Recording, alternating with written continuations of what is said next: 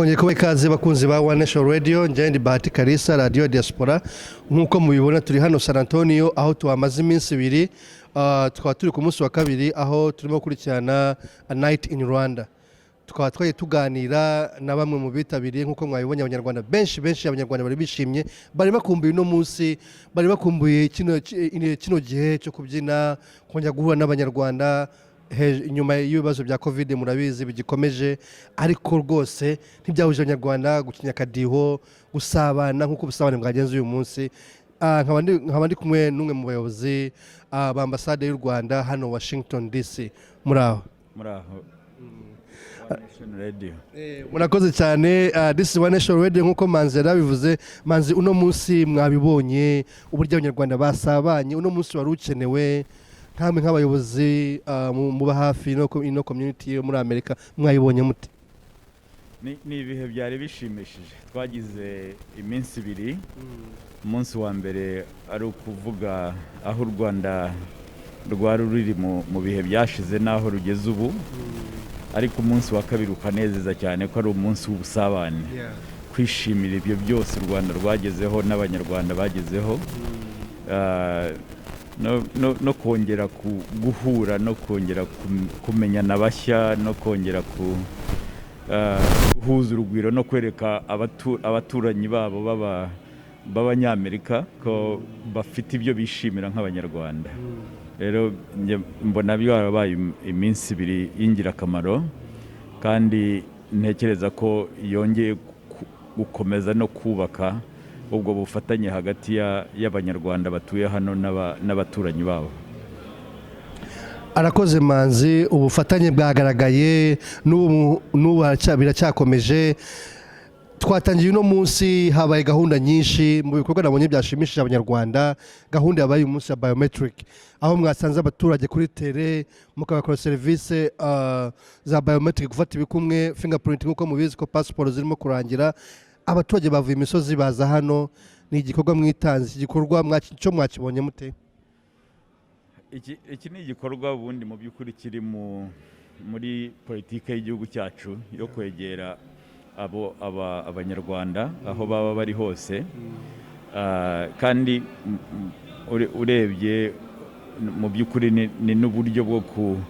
kugabanya ingendo z'abantu badusanga ahubwo twe tugatera intambwe tukabasanga ntekereza rero ko ari ubwitabire bwagaragaye ndetse bizanakomeza ntabwo bibaye hano gusa nk'uko twabwiye abayobora communities cyangwa se imiryango nyarwanda muri Amerika mu minsi iri imbere noneho hazaba ari gahunda ndende yerekana buri region ko icyo twifuza nuko tugerageza kwegera abanyarwanda aho batuye ni rero tekereza ko ari politiki ni ibintu bikwiye ariko ni n'inzira twigira no ku buyobozi bwacu muri rusange bwo guha agaciro umunyarwanda kubwira umunyarwanda ko agaciro ke n'icyo ari cyo tuzirikana kandi tuzakomeza gufatanya no kubaka ubwo bunyarwanda no kubaka imikoranire myiza yacu twese. Manzi arakoze cyane iyi ni gahunda izakomeza ya fingerprint bazegera amastate yose abanyarwanda aho bari hose ni gahunda nziza abanyarwanda bishimiye ejo Mr Manzi twari turi kuri ku munsi wa mbere hari panozi hari byatangaje abantu abanyarwanda abanyamahanga benshi bavuga u Rwanda abanyamahanga benshi bavuga ibyiza by'u Rwanda nabonye imishinga bafite ama projects bafite bagiye kuzana mu Rwanda cyangwa se bateganya barimo biriya bintu bisobanuye iki kuri mwebwe nka team ya embassy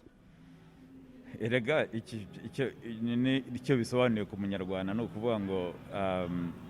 iyo abanyarwanda basohotse mu gihugu bashaka amaboko amaboko rero akenshi tuyashakira mu nshuti tuyashakira mu bo dukorana ejo rero byari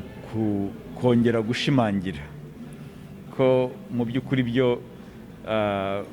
tujya twumva abantu basakuje bavuga ibinyoma byo bavuga byose hari abantu bafite amakuru y'imvaho ari abantu bashoye amaboko yabo mu gufasha no gufatanya n'abanyarwanda kubaka igihugu cyacu cy'u Rwanda, bakaza rero gutanga ubwo buhamya bwabo. Abo twavuganye nyuma bose baje muri iyo nama no muri ibyo biganiro batashye ubona basobanukiwe, urujijo rukuweho, ndetse ntekereza ko mu minsi iri imbere hari byinshi bizanakorwa hano hantu turi byongera gushimangira imibanire yacu nk'abanyarwanda batuye inaha n'igihugu cyacu, ariko inshuti z'u Rwanda n'abanyamerika muri rusange. Urakoze cyane ukomeje ku kintu urujijo rwavuye ejo havuye urujijo kuko bamwe bafite imyumvire itandukanye mu bibazo byagiye bibazwa. Madame Ambassador abisobanuye byose. Urujijo rwavuyeho ejo ku muntu wese wabasha kwitabira ibiganiro byabaye ku munsi w'ejo. Ngendeye ku kindi kibazo kijyanye ino gahunda Dream Week isanzwe iba hano muri Amerika, ikaba ku bufatanye na Diaspora San Antonio, nkamwe nka timu ya Embassy, murabona ko iyi gahunda ishobora gukomeza cyangwa se igakomereza n'ahandi? Reka manze ntwari umwanya wo gushimira abanyarwanda batuye muri San Antonio, kuko nibwo bwa mbere nk'umuryango nyarwanda begereye indi miryango ituye muri San Antonio ngo bafatanye ibikorwa ariko bimenyekana igihugu cyabo. Iyi gahunda cyangwa se Dream Week ni iminsi itwara nk'ukwezi yo kwizihiza ubuzima bwa Martin Luther King Jr. Akaba ari iminsi ubundi abanyamerika ndetse n'abandi bose bagiramo uruhare bongera kwibuka ibyo yasize, ubwenge mu mibanire, ubumwe n'ubwiyunge, kubahana. Rero izo ni inkuru uretse twe nk'igihugu nk'u Rwanda ni ubuzima tubayemo muri iyi myaka 28. Urebye inzira twaciyemo, u Rwanda ni urugero rufite urugero rwiza kuri ibyo abanyamerika barimo kuganira ku muntu umwe w'ingirakamaro wakoze ibyo byose. Ibyo rero nk'abanyarwanda ufashe ibyo by'agaciro dufite tugatera intambwe tukavuga ngo ariko reka tujye muri iyo platform, ntekereza ko rwabaye urugero, ariko ruzaba n'urugero ruzakoreshwa n'abanyarwanda batuye ahandi. Kureba platforms zihari, abantu bakeneye inspiration, bakeneye ibintu bibaha bigisha imibereho myiza, kubana mu mahoro no kumvikana. Umunyarwanda ntabwo ari inkuru mbarirano, ni ibintu twabonye, ni ibintu twabayemo. Rero iyo bikozwe bityo, ntekereza nk'uko iyi community ya San Antonio yabikoze, n'abandi aho bazabikora hose, tuzongera tugarure imibanire myiza y'abanyamerika n'abanyarwanda n'igihugu cy'Amerika n'igihugu cyacu cy'u Rwanda. Ni byiza kandi ni ibyo kwishimirwa. Manzi, urakoze cyane ku busobanuro, umwanya kandi urakoze nanone ku mwanya muto duhaye, tukaba tuganiriye n'abanyarwanda kuri ONENATION Radio. Nagusabaga gutanga ubutumwa bw'uyu munsi on behalf of the embassy ku banyarwanda bose bakurikiye ONENATION Radio n'abitabiriye uyu munsi. Mu izina rya Nyakubahwa Ambassador Tilda Mukantabana ndetse n'abagenzi banjye dukorana, navuga ngo twagize iminsi ibiri myiza,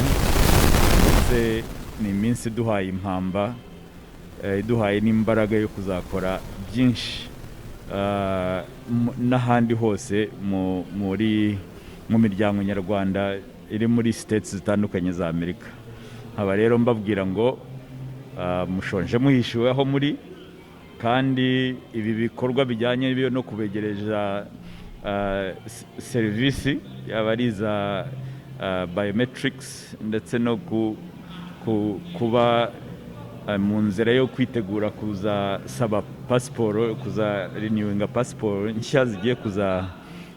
zirimo gutangwa. Reka buri umwe bitegure bajye ku irembo bakurikize process basabe ibyo bagomba gusaba bahabwa uburenganzira. Twe nka ambasade iyo process nirangira tuzaza